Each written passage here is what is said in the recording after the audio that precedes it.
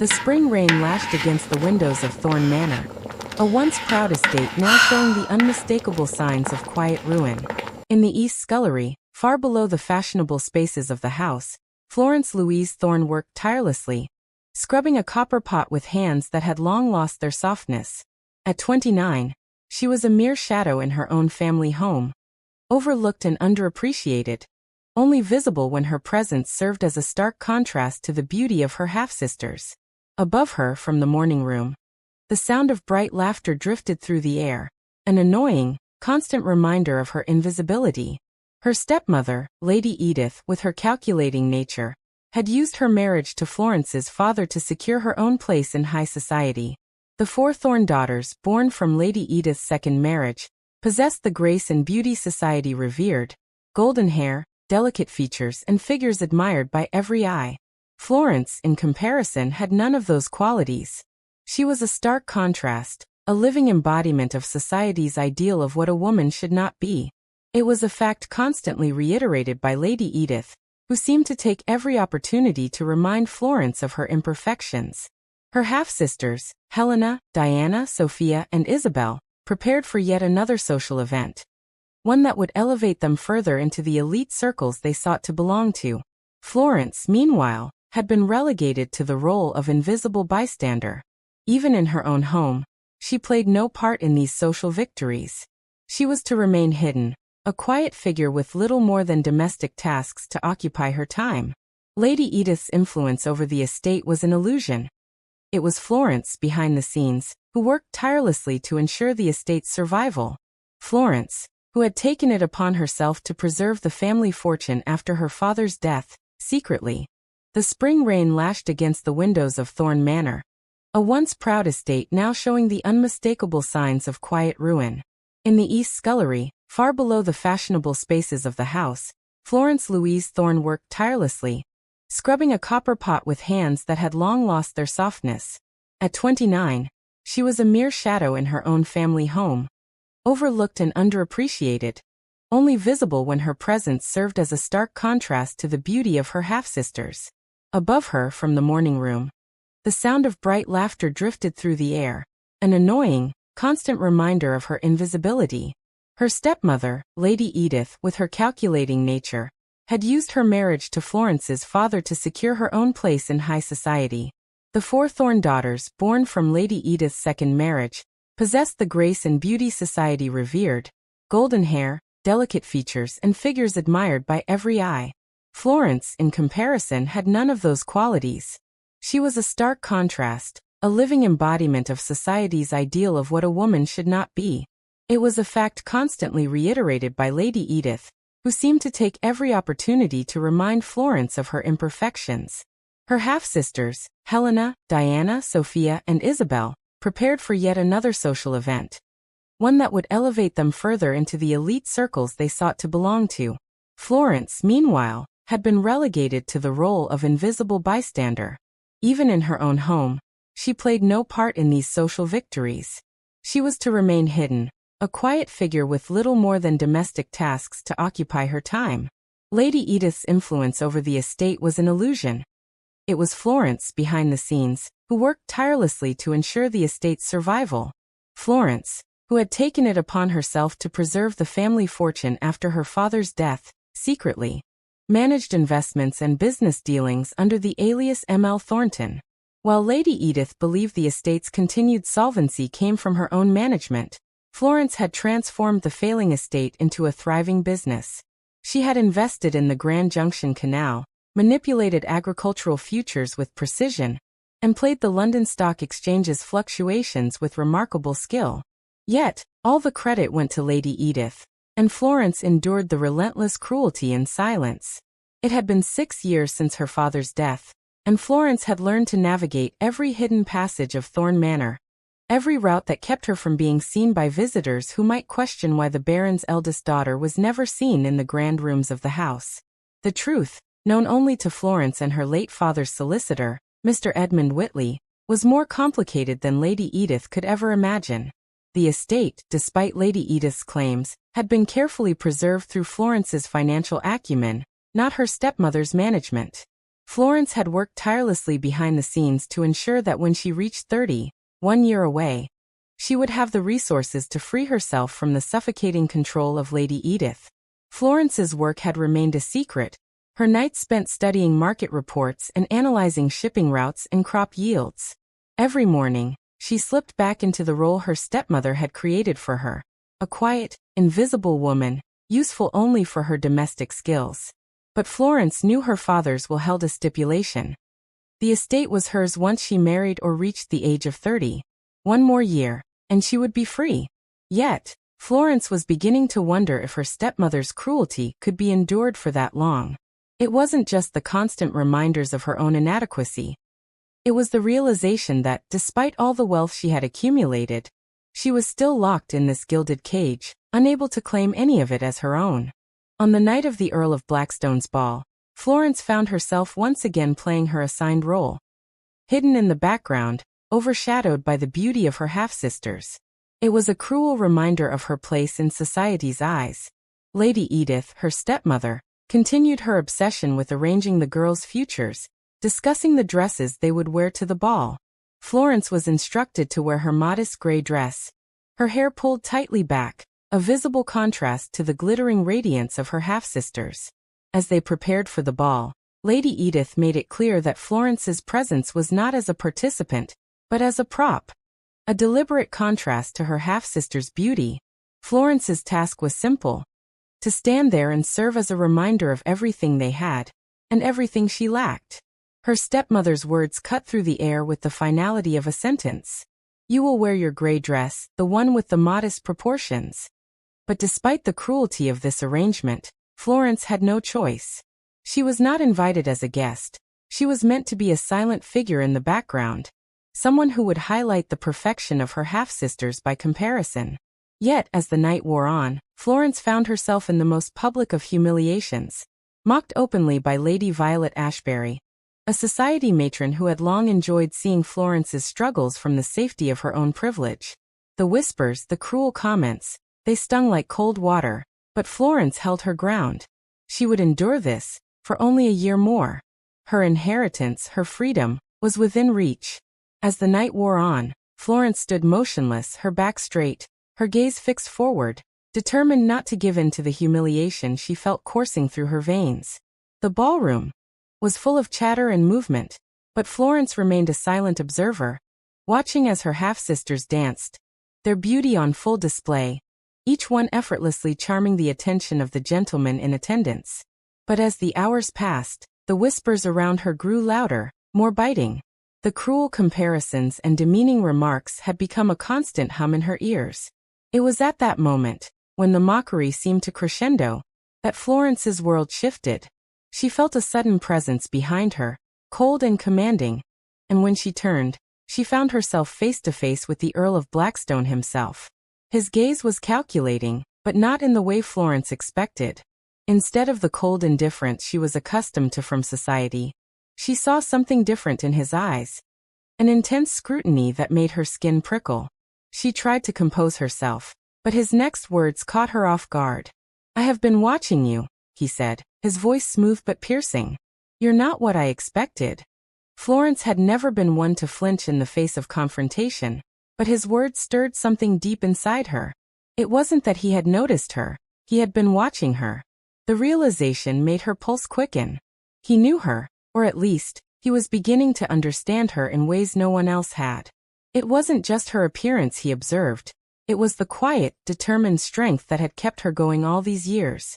The Earl of Blackstone had seen through the layers of society's judgment, and for the first time, someone had looked past her exterior and seen the woman beneath.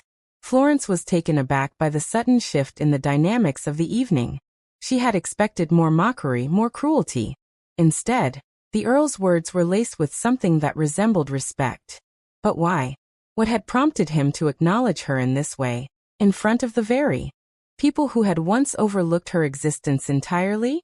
She hadn't the time to ponder the question, for the Earl's next words sent a ripple through her heart. Lady Edith may think she controls everything, but you've been working in the shadows, haven't you? His voice was quieter now, more conspiratorial. Florence froze. She had been so careful, so meticulous in keeping her financial dealings a secret. But here was the Earl, a man she had barely known, speaking as though he understood her every move.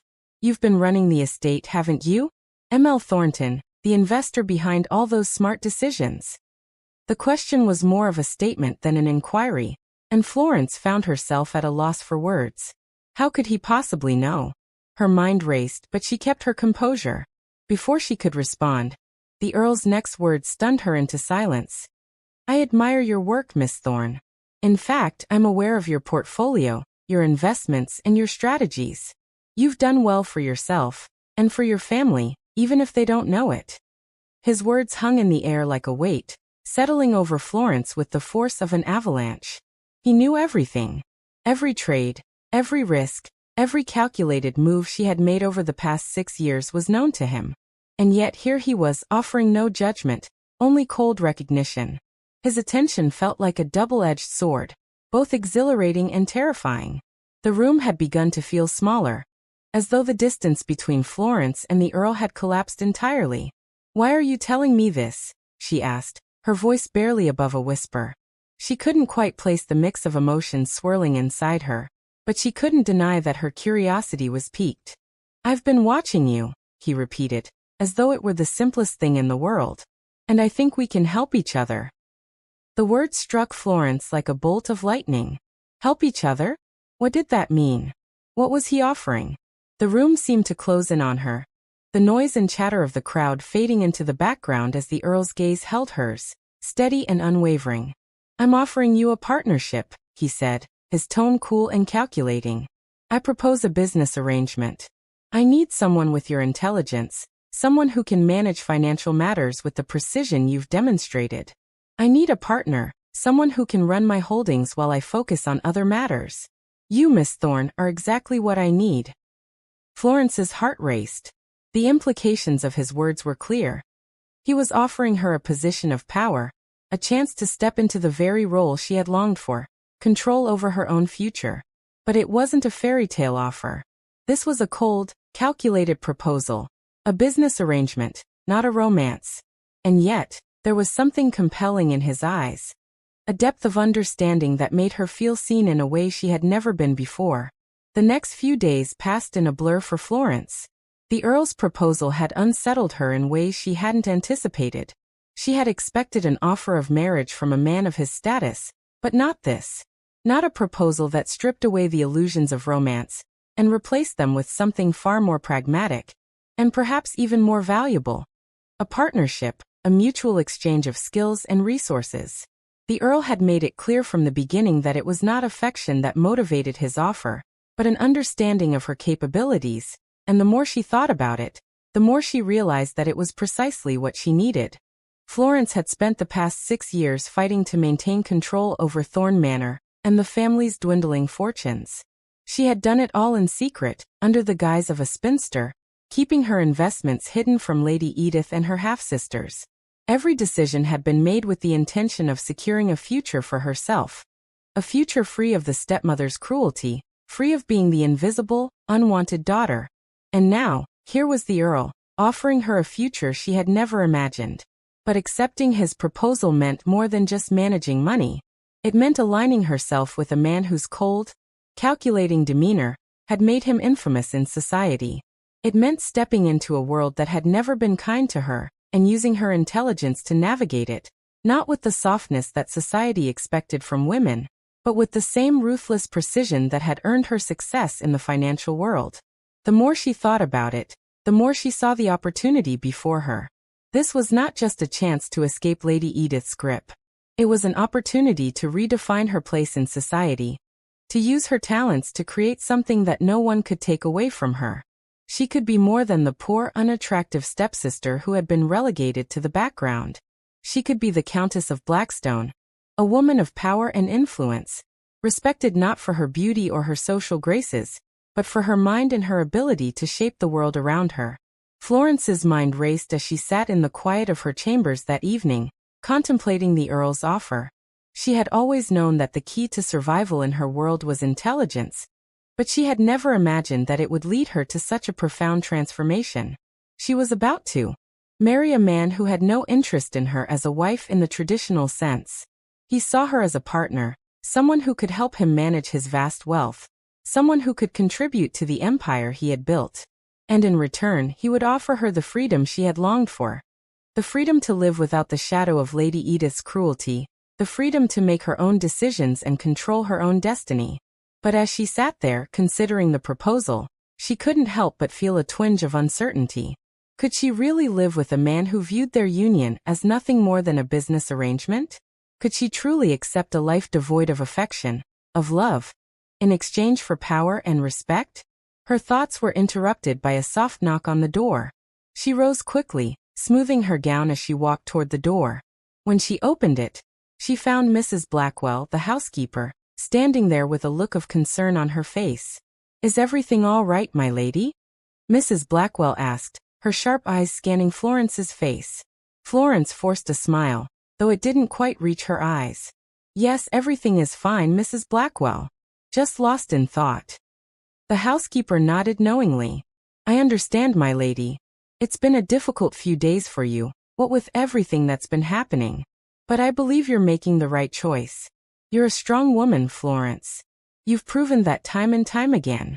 And this arrangement with the Earl, well, it could be the beginning of something extraordinary." Florence hesitated for a moment, then nodded. "I hope you're right, Mrs. Blackwell. I don't know if I'm ready for this." "You've already been ready, my lady," Mrs. Blackwell said with a reassuring smile. "You've been preparing for this moment your entire life. This is your chance to take control, to shape your own future. You've already done so much on your own, and now you have the opportunity to do it with a partner who sees your worth." Florence took a deep breath, feeling a sense of resolve settle over her. Mrs. Blackwell was right. She had been preparing for this moment, consciously or not, for years. This was her opportunity to finally take control of her life. The Earl's proposal wasn't just an escape. It was a chance to prove to herself, and to the world, that she was more than what society had tried to make her. "I'll do it," Florence said, her voice steady. "I'll accept his proposal." The days following Florence's acceptance of the Earl's proposal were a whirlwind of preparation. She had never before been thrust so deeply into the heart of society, nor had she ever imagined that her future could be so closely tied to a man like Arthur Hartley, Earl of Blackstone. The wedding, scheduled within a matter of weeks, felt like a strange formality, a legal arrangement that would change the course of her life but not her heart. Florence had already come to terms with the fact that this was not a love match, nor did she expect it to be. It was a partnership, one built on mutual respect, a shared understanding of power, and a common goal. As the wedding day drew nearer, Florence found herself immersed in the whirlwind of societal expectations. The Earl's wealth and influence were vast, and the logistics of their marriage required careful planning. Florence's new wardrobe was being carefully tailored by the finest modiste in London, and each gown was a reflection of the new role she would play in society. Gone were the drab grays and harsh lines that had defined her life under Lady Edith's thumb. Instead, she was being dressed in jewel tones, deep emeralds, rich sapphires, and regal burgundies that highlighted her striking red hair and freckled complexion, a far cry from the modest attire she had once been condemned to wear. Yet, despite all the outward trappings of wealth and status, Florence remained acutely aware of the nature of her relationship with the Earl. It was still, in essence, a business arrangement. She would manage his estates, guide his investments, and assist in growing his wealth. In return, she would receive the protection of his name, the freedom to live independently, and eventually the ability to mold her own future. On the eve of their wedding, Florence stood in front of the mirror, her reflection an unfamiliar sight. The woman staring back at her was not the awkward, plain stepsister who had once been hidden away. She was no longer the invisible woman in the shadows, overshadowed by her more beautiful half-sisters. She was Florence Louise Thorne, soon to be the Countess of Blackstone. The thought should have filled her with pride, but instead, she felt a mixture of anticipation and unease. She was about to marry a man who had no emotional attachment to her, a man whose coldness had initially drawn her to him in the first place. But over the weeks they had spent together, working side by side, a strange familiarity had grown between them. Florence had come to respect him,